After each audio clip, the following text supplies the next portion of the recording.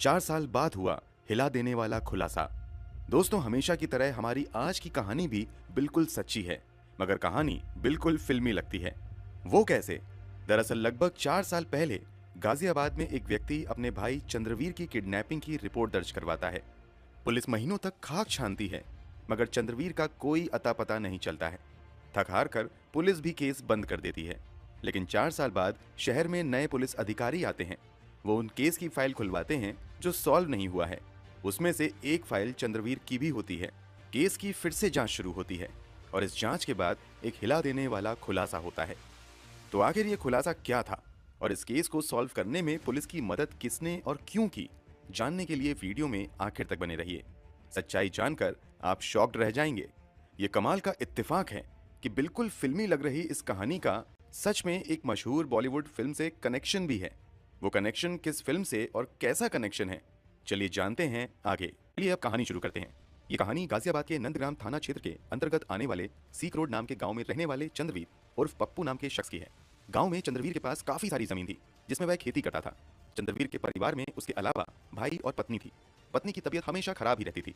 चंद्रवीर अपनी पत्नी का लगातार इलाज भी करवाता था, मगर एक समय बाद पत्नी की मौत हो जाती है। पत्नी की मौत के बाद चंद्रवीर काफी अकेला हो जाता है। चंद्रवीर की हालत को देखते हुए कुछ लोग उसे फिर से शादी करने की सलाह देते हैं। लोगों की सलाह मानते हुए चंद्रवीर भी दूसरी शादी के लिए तैयार हो जाता है और वो अपने लिए लड़की की तलाश में लग जाता है। कुछ दिनों बाद चंद्रवीर के पास सविता नाम की एक महिला का रिश्ता आता है। सविता की उम्र यही कोई 35 से 36 साल थी और उसके पति की भी मृत्यु कुछ ही समय पहले हुई थी।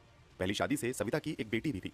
चंद्रवीर को ये रिश्ता अच्छा लगता है और सभी बातें तय करने के बाद वो सविता से 2015 में शादी कर लेता है। इतना ही नहीं, चंद्रवीर सविता की बेटी को भी अपनी बेटी की तरह स्वीकार करता है। शादी के बाद दोनों खुशी खुशी रहने लगते हैं और शादी के बाद सविता एक बेटे को भी जन्म देती है। यहाँ तक परिवार में सब कुछ ठीक ठाक ही चलता है। हालांकि बीच बीच में आम परिवार की तरह चंद्रवीर के परिवार में भी कभी कभी चंद्रवीर की लड़ाई पत्नी से हो जाती थी, मगर दोनों का रिश्ता चल रहा था। समय बदलते हुए अब आ चुका था साल 2018। सविता और चंद्रवीर की शादी को 3 साल से ज्यादा हो गए थे। अब इन दोनों के रिश्तों में वो पहली वाली बात नहीं रह गई थी, बल्कि अक्सर इन लोगों में लड़ाइयां होने लगी थी। साथ ही चंद्रवीर कभी कभी बहुत ज्यादा नशा करके घर भी आने लगा था। अभी ये सब चल ही रहा था कि 28 सितंबर 2018 को चंद्रवीर की पत्नी नंदग्राम पुलिस स्टेशन में जाकर अपने पति के गायब होने की रिपोर्ट दर्ज करवाती हैं। रिपोर्ट में सविता लिखवाती हैं कि रात भर चंद्रवीर घर नहीं आए हैं। हम लोगों ने उन्हें ढूंढने की कोशिश भी की, मगर उनका कहीं अता पता नहीं चल रहा है। रिपोर्ट दर्ज होते ही नंदग्राम पुलिस चंद्रवीर की तलाश में लग जाती है। पहले तो घर वाले और पड़ोसियों के बयान लिए जाते हैं, मगर कहीं से भी चंद्रवीर का पता नहीं चलता है। अगले कई दिनों तक पुलिस चंद्रवीर की तलाश में लगी रहती है, मगर कहीं भी उसका पता नहीं चलता है। पुलिस जांच के दौरान ही चंद्रवीर का भाई गांव के ही कुछ लोगों पर अपने भाई के किडनैप करने का शक जताता है। पुलिस उस एंगल से भी जांच करती है और जिस पर चंद्रवीर के भाई ने अपहरण का आरोप लगाया था उससे भी पुलिस पूछताछ करती है, मगर पुलिस को एक भी सबूत नहीं मिल पाता है। अंत में कई हफ्तों की जांच के बाद पुलिस कोर्ट में फाइनल रिपोर्ट पेश करते हुए केस की जांच बंद कर देती है और इस केस को ही बंद कर दिया जाता है। बीते समय के साथ लोग चंद्रवीर को भुला देते हैं और अपनी अपनी जिंदगी में आगे बढ़ जाते हैं। इस तरह केस को बंद हुए 2022 में 4 साल से ज्यादा हो जाते हैं। 2022 इस केस के लिहाज से काफी अहम साबित होता है। दरअसल 4 अप्रैल 2022 को 2009 बैच के आईपीएस अधिकारी मुनिराज जी को गाजियाबाद का एसएसपी बनाया जाता है। एसएसपी का पद संभालते ही मुनिराज अपने अधिकार क्षेत्र में आने वाले सभी पुलिस स्टेशन से ऐसे केस की फाइल्स मंगवाते हैं जिन्हें नहीं सुलझाया जा सका था। अलग अलग थानों से बहुत सारी फाइल आती हैं। उनमें एक फाइल नंदग्राम पुलिस स्टेशन से चंद्रवीर की भी होती है। चंद्रवीर की फाइल देखने के बाद एसएसपी मुनिराज इस केस को सॉल्व करने में गाजियाबाद क्राइम ब्रांच की भी मदद लेते हैं और इस केस को सॉल्व करने की जिम्मेदारी गाजियाबाद क्राइम ब्रांच के प्रभारी अब्दुल रहमान सिद्दीकी को सौंपते हैं। अब्दुल रहमान सिद्दीकी क्राइम की दुनिया के अबूझ तथा रहस्यमयी पहलुओं को सुलझाने के माहिर समझे जाते हैं तथा इन्होंने पहले भी कई अनसुलझे केस को समझाया था। अब्दुल रहमान सिद्दीकी चंद्रवीर के केस की जांच अपने हाथ में लेते ही सबसे पहले चंद्रवीर के गांव सीक रोड पहुंचते हैं और वो भी जांच की शुरुआत पड़ोसियों तथा रिश्तेदारों से पूछताछ से ही करते हैं। इस पूछताछ में कई दिन निकल जाते हैं, मगर कुछ भी सबूत हाथ नहीं लगता है। इसी बीच जांच टीम को कहीं से भनक लगती है कि चंद्रवीर की सविता से शादी के कुछ ही समय बाद अनबन शुरू हो गई थी, क्योंकि सविता का प्रेम प्रसंग चंद्रवीर के ही पड़ोसी अरुण उर्फ अनिल से शुरू हो गया था। दूसरी तरफ 2018 में ही अनिल के भाई भूरे सिंह ने भी अरुण पर ही भाई के किडनैपिंग का आरोप लगाया था, लेकिन तब पुलिस को अरुण के खिलाफ कोई सबूत नहीं मिल पाया था और उसे छोड़ दिया गया था। जब इस मामले में दोबारा अरुण का नाम आता है तो इस केस की जांच कर रहे मुख्य अधिकारी अब्दुल रहमान सिद्दीकी को यह बात खटकने लगती है कि आखिर हर बार क्यों अरुण का ही नाम आ रहा है। इसी के बाद वो अरुण पर नजर रखना शुरू कर देते हैं। साथ ही वो अरुण से जुड़ी छोटी से छोटी जानकारी जुटाने में लग जाते हैं। जांच पड़ताल के दौरान ही पता चलता है कि गायब हुए शख्स चंद्रवीर की पत्नी सविता अभी भी इस घर में रहती है और उसकी जो बेटी थी वो अब 16 साल की हो चुकी है। वो पास में ही एक ब्यूटी पार्लर में काम करती है। इसके अलावा उसका एक छोटा बेटा भी है। अब मामले की जांच कर रहे अधिकारी को लगता है कि इस पूरी जांच में सविता की बेटी अहम कड़ी साबित हो सकती है और शायद वो कुछ ऐसी जानकारी दे सकती है जिससे इस केस को सुलझाने में मदद मिल सकती है। इसी के बाद एक दिन जब सविता की बेटी काम पर जा रही होती है तभी रास्ते में रहमान सिद्दीकी उसे रोकते हैं और उसे चंद्रवीर के बारे में पूछताछ शुरू कर देते हैं। इस पूछताछ से अचानक वो लड़की काफी घबरा जाती है और कहती है कि मुझे कुछ भी नहीं पता है और वो वहां से चली जाती है। लड़की ने भले ही कुछ नहीं बताया था, मगर जिस तरीके से चंद्रवीर का नाम सुनते ही वो घबराई थी, उससे अधिकारी को शक हो गया था कि इस लड़की के पास जरूर कुछ ऐसी जानकारी है जो इस केस को सुलझाने में उनकी मदद कर सकती है। इसी के बाद एक बार फिर से रहमान सिद्दीकी उस लड़की से मिलते हैं और उसे बड़े प्यार से समझाते हैं और उसे भरोसा दिलाते हैं कि अगर तुम मेरी मदद करोगी तो शायद हम चंद्रवीर को ढूंढ पाएंगे। उस लड़की को यह भी भरोसा दिलाया जाता है कि तुम्हें कुछ नहीं होगा। इसके बावजूद वो लड़की कुछ नहीं बोलती है और बिना कुछ बताए वहां से निकल जाती है। अब एक बार फिर से पुलिस वालों को लगने लगता है कि शायद ये केस नहीं सुलझ पाएगा, मगर अगले ही दिन केस की जांच कर रहे अधिकारी के ऑफिस में पास के ही गांव का एक लड़का आता है और वो कहता है कि चंद्रवीर के गायब होने से कुछ महीने पहले चंद्रवीर और उसकी पत्नी सविता की काफी लड़ाई हुई थी। इस लड़ाई की वजह यह थी कि चंद्रवीर ने अपने पड़ोसी अरुण के साथ सविता को आपत्तिजनक हालत में पकड़ लिया था। इतना ही नहीं, चंद्रवीर के गायब होने के बाद भी अरुण और सविता को गांव के कुछ लोगों ने चोरी छिपे मिलते हुए देखा था। शायद सविता और अरुण ने ही मिलकर चंद्रवीर को गायब किया होगा। ये तीसरी बार था जब किसी ने जांच कर रहे अधिकारी के सामने अरुण का नाम लिया था। अब जांच अधिकारी सख्ती से अरुण तथा सविता से पूछताछ करने का फैसला करते हैं और अचानक जाकर दोनों को उठा लेते हैं। पहले तो दोनों पुलिस को गुमराह करने की कोशिश करते हैं, मगर जब पूरी कड़ाई के साथ अरुण से पूछताछ शुरू होती है तो आखिरकार अरुण पुलिस वालों की सख्ती के आगे टूट जाता है और एक ऐसे राज से पर्दा उठाता है जिसे सुनकर हर किसी की आंखें बस खुली की खुली रह जाती हैं। अरुण बताता है कि जब सविता चंद्रवीर से शादी करके आई तो कुछ ही महीने बाद हमारी उनसे मुलाकात हुई। अरुण का घर चंद्रवीर के घर के लगभग बगल में ही था और वो रिश्ते में चंद्रवीर का भाई भी लगता था। इस तरह सविता अरुण की भाभी बन गई थी। सविता और अरुण में भाभी देवर का रिश्ता होने की वजह से अक्सर ये दोनों मजाकिया अंदाज में बातें भी किया करते थे। अरुण आगे बताता है कि धीरे धीरे मजाक मजाक में दोनों करीब आते गए और दोनों का मिलना जुलना भी शुरू हो गया। इसी तरह जब 2017 में एक दिन चंद्रवीर कहीं बाहर गया हुआ था तो अरुण चंद्रवीर के घर में ही सविता से मिलने आ जाता है। ये दोनों मिल ही रहे थे कि अचानक वहां चंद्रवीर पहुंच जाता है और अरुण तथा अपनी पत्नी सविता को आपत्तिजनक स्थिति में पकड़ लेता है। इसी के बाद सविता और चंद्रवीर की लड़ाई शुरू होने लगी, जो देखते देखते समय के साथ बढ़ती ही चली गई। इन सब के बावजूद सविता और अरुण का मिलना जुलना बंद नहीं हुआ। इसका नतीजा ये हुआ कि सविता और चंद्रवीर की लड़ाइयां बढ़ती गईं। साथ ही चंद्रवीर शराब भी बहुत ज्यादा पीने लगा। अरुण के बयान के मुताबिक अब सविता चंद्रवीर को छोड़कर अरुण के साथ रहना चाहती थी, लेकिन समस्या ये थी कि चंद्रवीर के रहते ये सब संभव नहीं था। इसलिए एक दिन अरुण और सविता मिलकर चंद्रवीर को रास्ते से हटाने का प्लान बनाते हैं। इसी के बाद 28 सितंबर 2018 की रात चंद्रवीर शराब पीकर घर आता है और घर आते ही सीधे खाट पर जाकर सो जाता है। जब चंद्रवीर को नींद आ जाती है तो रात के लगभग 1 बजे प्लान के मुताबिक ही अरुण चुपके से चंद्रवीर के घर के अंदर पिछले दरवाजे से दाखिल होता है। इस समय सविता भी जाग रही होती है।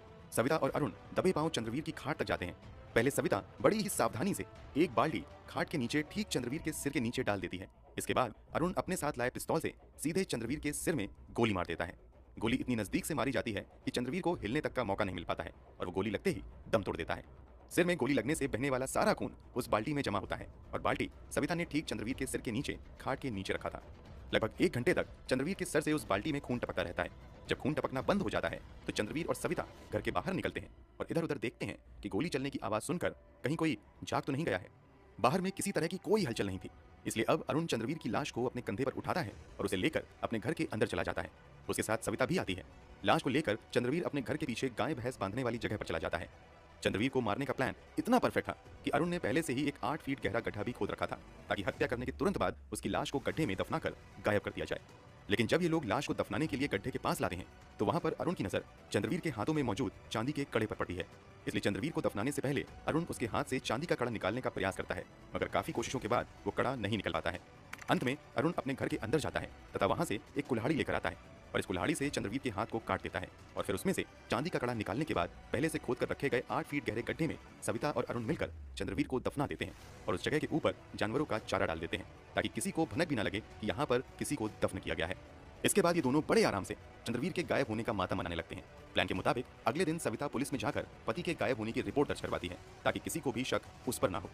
शुरुआती जांच में अरुण का नाम आने के बाद उससे पूछताछ भी होती है, मगर पुलिस को भी वो यकीन दिलाने में कामयाब हो जाता है कि चंद्रवीर के बारे में उसे कोई जानकारी नहीं है। जिस जगह पर सविता और अरुण ने चंद्रवीर को दफनाया था उस जगह पर पहले अरुण की गाय तथा भैंस बंधा करती थी, मगर चंद्रवीर को वहां पर दफनाने के कुछ ही समय बाद अरुण वहां पर 1-2 मंजिला घर बनवाता है। घर का नक्शा इस तरीके से बनवाया गया था कि जहां पर चंद्रवीर को दफनाया गया था उस जगह पर एक बड़ा सा कमरा बनता है। घर के बन जाने के बाद कमरे के फर्श को पक्का करवाता है और उसी कमरे में अरुण अपना बेड भी लगाता है और वहीं रहना शुरू कर देता है और बड़े आराम से 4 साल तक चंद्रवीर की लाश के ऊपर चैन की नींद सोता है। अरुण के इस खुलासे के बाद पुलिस सीधे अरुण के घर पर जाती है तथा वहां पर अरुण की निशानदेही पर गड्ढा खुदवाया जाता है। खुदाई के बाद वास्तव में 8 फीट की गहराई पर मानव कंकाल मिलते हैं। चंद्रवीर के शरीर के अवशेष को बरामद करने के बाद पुलिस अरुणा तथा सविता की निशानदेही पर हत्या में इस्तेमाल किए गए बंदूक, खून इकट्ठा करने के लिए इस्तेमाल की गई बाल्टी तथा चांदी के कड़े को निकालने के लिए हाथ काटने में इस्तेमाल की गई कुल्हाड़ी को भी बरामद कर लेती है। जब पुलिस दोनों कातिलों से पूछती है कि आखिर तुम्हें लाश को इस तरह गायब करने का आइडिया कहां से आया, तो अरुण जवाब देता है कि मैंने एक फिल्म देखी थी जिसमें फिल्म का हीरो लाश को गायब करने के लिए लाश को पास में ही बन रहे पुलिस स्टेशन की नई बिल्डिंग के बेसमेंट में छिपा देता है। फिर पुलिस काफी कोशिशों के बाद भी उस लाश को नहीं ढूंढ पाती है। बस उसी से प्रेरणा लेते हुए हमने भी लाश को अपने घर में ही छुपा दिया और उसके ऊपर पक्का घर बनवा दिया था ताकि कभी भी पुलिस लाश को न ढूंढ पाए। दोस्तों, क्या आप गैस कर सकते हैं कि चंद्रवीर के कातिल ने लाश को इस तरह गायब करने वाला ये सीन किस फिल्म में देखा होगा? अगर आपने गैस कर लिया है तो उस फिल्म का नाम कमेंट बॉक्स में जरूर बताएं।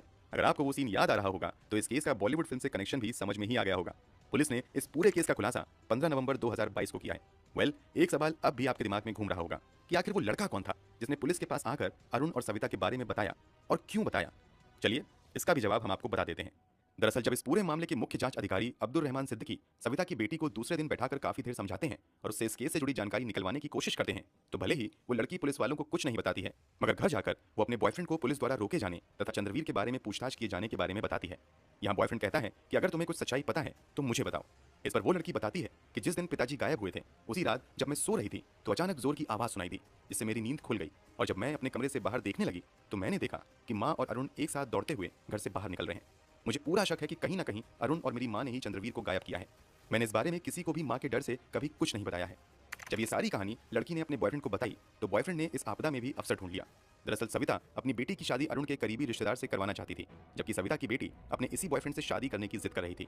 इस बात को लेकर माँ बेटी में झगड़ा भी हुआ था और उसका बॉयफ्रेंड भी इस बात से वाकिफ था कि लड़की की माँ उसकी शादी कहीं और करवाने जा रही थी।